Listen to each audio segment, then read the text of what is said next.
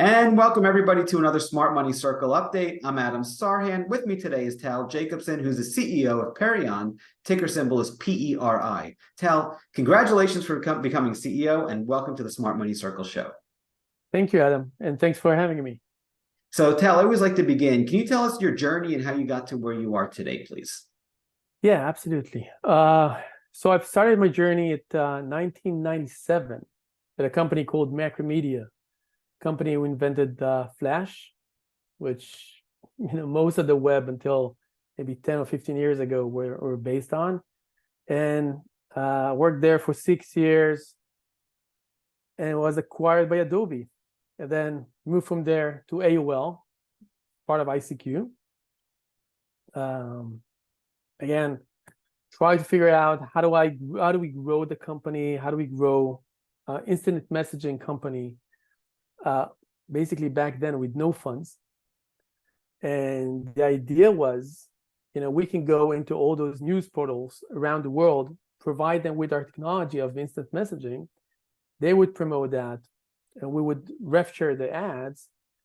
And it turned out to be an amazing strategy, because after like a year and a half or so, we've made like $45 million in revenue. So that was a big success.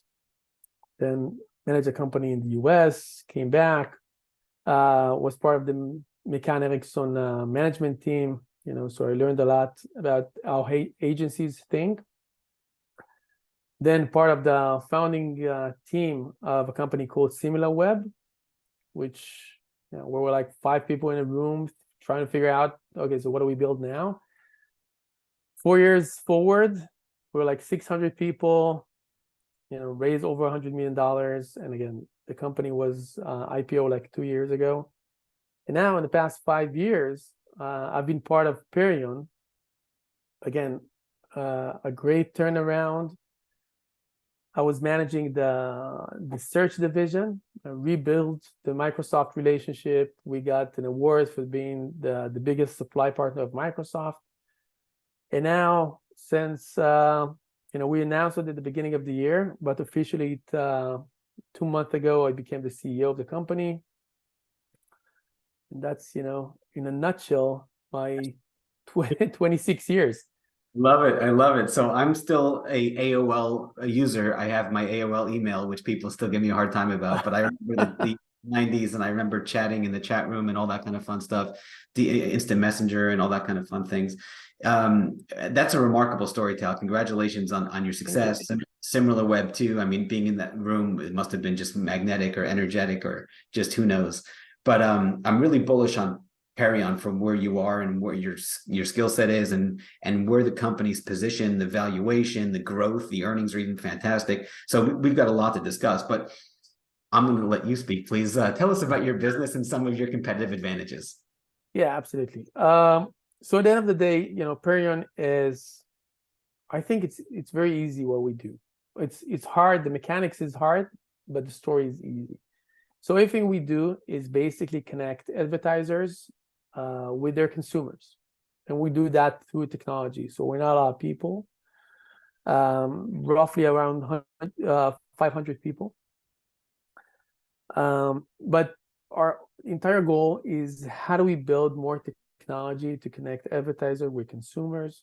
We do that through, we have publisher solution with video, display, high impact. We have advertiser solution. We have a division called Undertone, which works with all the biggest agencies in the US, with the biggest brands, and we're building the creatives.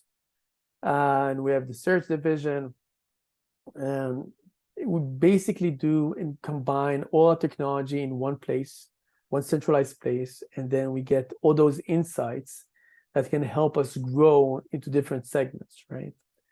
And a lot of time we would invent our own technology in-house, or we would buy that, right? So we actually been working on CTV technology in the past 2 or 3 years, which grew very nicely.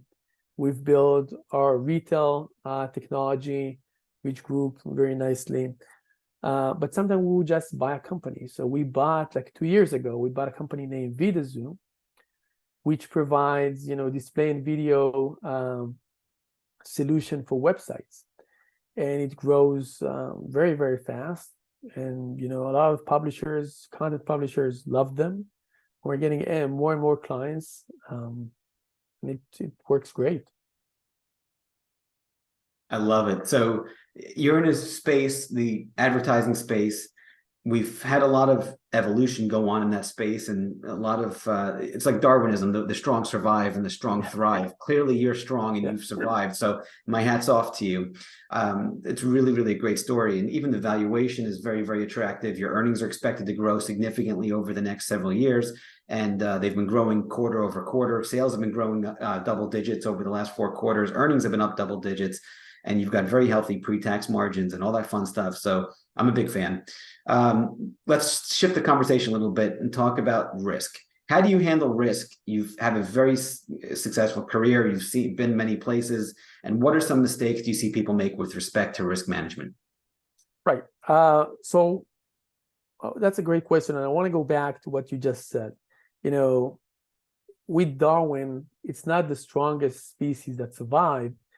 It's a species that's adjusting to changes the fastest, right? Adaptable, right? Yeah. And again, I think the fact that we're such a small company in the amount of employees and everything is based on technology, we can do very fast changes. I love it. And I think a lot of companies just they fall in love with the angle they took or with the technology they've built.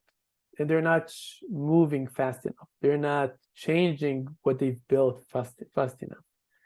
And that's when I've seen that in the past 26 years. I was part of ICQ. And back then we were positive that the only threat we have is Microsoft Messenger. None of those companies exist anymore, right? None of those products. I mean, nobody could actually see that Facebook is going to come and messaging is going to move into social. Right. And I think that's the only thing that people need to remember. Can you change fast enough? And do you have, the mentality within your management to change and not fall in love with solutions that worked in the past but are not going to work in the future? I love that. That the common theme, it's always look forward, not backwards. It's like driving in the rearview mirror. Just because this has worked in the last 10 years doesn't mean it's going to continue to work in the next 10. Right. That's actually fantastic. So let's talk about some timeless lessons, please, Tal, that you've learned that you'd like to share with the audience.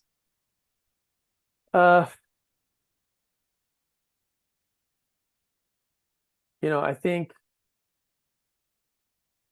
going back like 25 years ago, there are 2 things. One is when I worked at Macromedia,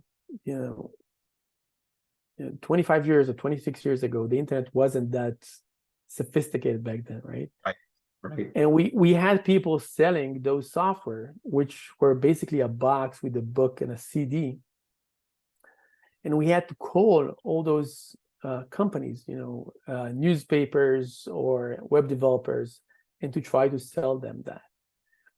And what I've done is I've built a software that can automatically send faxes overnight to all those companies. And thinking about it now, that sounds kind of primitive, sending faxes, right? But that was basically performance marketing 1997. And we've made millions of dollars from performance marketing over fax. I would never do that again now with faxes. But again, what I've learned is marketing is always the same. Channels might change, but if you can identify the message and the audience and how to get to it as fast as possible, then that's the key. And that I love that. And the second thing is, I've like again 25 years ago, I was young and I was in charge of messaging and stuff like that, and I accidentally sent a message, an email promotion to all our clients, but accidentally sent it. Everybody saw their own, everybody else email, right? It was on BCC, it was on on 2. And everybody got pissed, like customers. Again, that took like 24 hours and then everybody forgot about it. But during that time, because I was so young, I came to the CEO of the company and said, I quit because I've made that big of a mistake. And he said, only people that actually do things makes mistakes. So, don't beat yourself too much. Mistakes are natural. And it means that you actually did something. And his response, was so motivating. And I follow the same thing. When people make mistakes, and if they own the mistake, that's great. I don't want people to make mistakes, but at least if they own it and they learn from that, I think that's the best way to grow. Yeah, I love that. That is so powerful. It's almost one of those things where it's like, how many times did you fail today? If you didn't fail enough, yeah, you're not doing the right job. I love that. So timeless mistakes that you'd like to share with the audience, please. Timeless mistake, except for the other one. Not making those mistakes. Yeah, just staying back. I love that. Listen, I think everybody's making mistakes. Everybody would wish they have a time machine going back and fixing things. I think making mistake is natural. I think making mistakes, if you learn from it, that's totally fine. And I think great entrepreneurs are the ones who are not afraid of making mistakes, and they should embrace it. Yeah, I love that. So almost the best thing to do is make those mistakes and lean into it. I love that. That is really, really powerful. Okay, next question about leadership. What makes a great leader, and what are some lessons that you've learned about leadership that you'd like to share with the audience, please? From my experience, when I worked, from other CEOs, I think what separated the most powerful CEOs and successful CEOs from others is their ability to lead. I think the word leadership is, if used correctly, it's actually leading people by example, right? Mm-hmm. Showing them the way, showing them your vision, making sure they have the right tools, they have everything they need to succeed. And if they don't succeed, teach them how to. I've worked in so many different companies. Some CEOs were great leaders, some CEOs were not, unfortunately, like you would expect statistically. Yep. But again, set an example, have a clear vision, have clear KPIs of what you think is successful, and teach people how to get there. Don't expect people to actually know how to get there, and surround yourself with people that can actually grow. That's really, really powerful. Let's talk about adversity and obstacles. So how do you handle adversity, and what are some obstacles that you've had to overcome along the way? Listen, I think in general, being a CEO is only dealing with challenges, right? Nobody comes to you when things works right. You never heard about things that nobody calls you in the morning and say, today everything works perfect. You don't get those phone calls. Right. It's only things that don't work. Right. And you need to be very resilient about, getting 20 new challenges, 20 new risk factors today, and to make sure, you can handle that. You can make fast decisions with clear KPIs. Okay, so this is what happened. This is what we need to do. Let's see if that works. And to stay calm, because at the end of the day, if a CEO gets nervous, everybody else loses it, right? You want to make sure you stay calm, you have the answer. And if you don't have the answer, that's also fine. Say, you know what, I don't have the answer, but I think that's the right way to go. Let's see if that works. I think people appreciate that.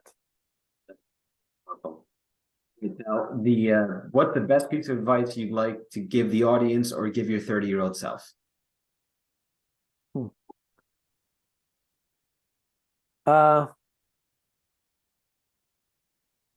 I think,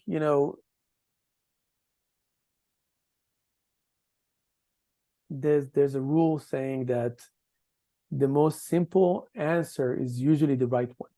Right? Yeah. So don't overcomplicate answers. If you're looking for an answer, it usually is the simplest one, right? If you believe in a company, go with it. If you believe in a story, if you believe in a product, if you believe in an industry, you should be with it. Don't do things you don't believe in. And again, don't try to figure out overcomplicated answer. If the answer is overcomplicated, it's usually not the right answer. Wow, I love it. So Tal, you've given us a lot of really good wisdom today.